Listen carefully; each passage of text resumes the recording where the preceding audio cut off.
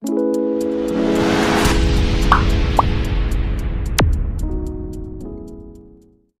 ส่งค้ามันนี่ก็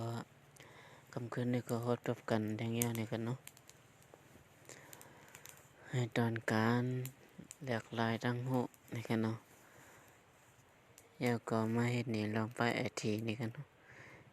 หลายพรนี่กันเนาะได้เซตพร2ตัวนี่กันเนาะอันทั้งสุดที่แล้วมีเซตพร2ตัวนี่กันเนาะแล้วก็อันนี้กันนะอันนี้ที่เลยอัปเดตเป็นอันใหม่ล่าสุดนี่กันเนาะ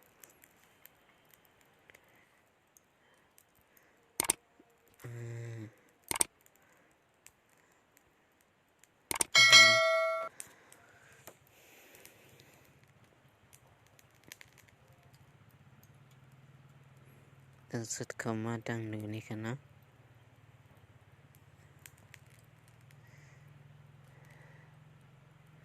แล้วก็เข้ามาที่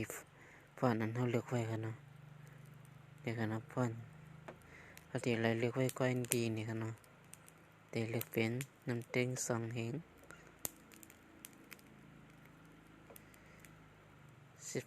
17นี่กันเนาะแล้วก็ตกลงกันนะ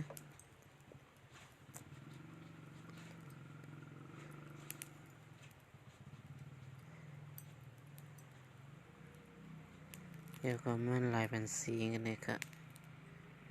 เย็ดค่ะสีส้มค่ะตกลงค่ะแล้วก็หมายเป็นกันในทางกรรมค่ะเนาะแล้วก็แกค่ะ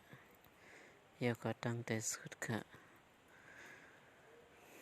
แล้วก็เซตฟอนต์ค่ะ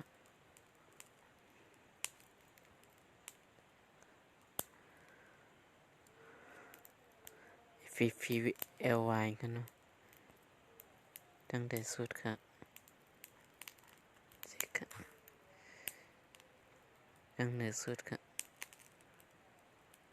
ติดตั้งอินสตอลฟอนต์กันเนาะ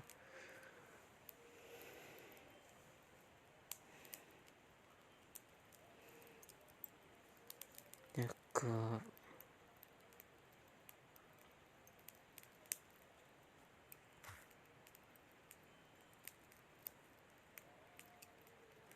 ตั้งแต่สุดกันเนาะ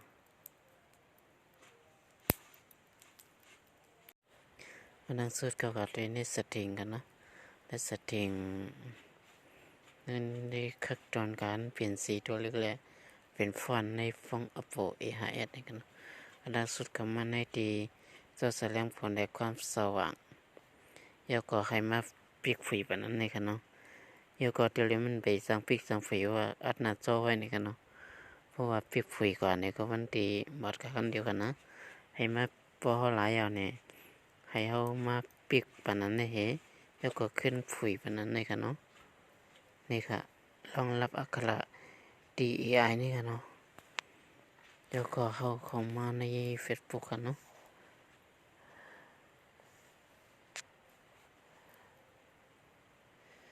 เข้ามาใน Facebook ยาวนี่กันมันได้เปลี่ยนในตัวเลขมันหลายๆกุ้ยสีมันได้เปลี่ยนไรนี่ค่ะเนาะมันเหมือนในฟงเลี้ยวหมีนี่ค่ะเนาะตอนด่านในฟง Oppo A5s นี่ค่ะเนาะขั้นตอนการเปลี่ยนสีและเปลี่ยนฟอนต์นี่ค่ะเนาะอย่าลืมกดไลค์กดแชร์กด Subscribe กันช่องสนายที่สัมภาษณ์สนายที่สิคำค่ะเดี๋ยววางลิงก์เซตฟอนต์ไว้ในคลิปนี้กันนะไปส่งค่ะไปเข้ามาใน setting กันเนาะเข้ามาใน setting ยาวเนี่ยเขากาดีในค่ะเนาะ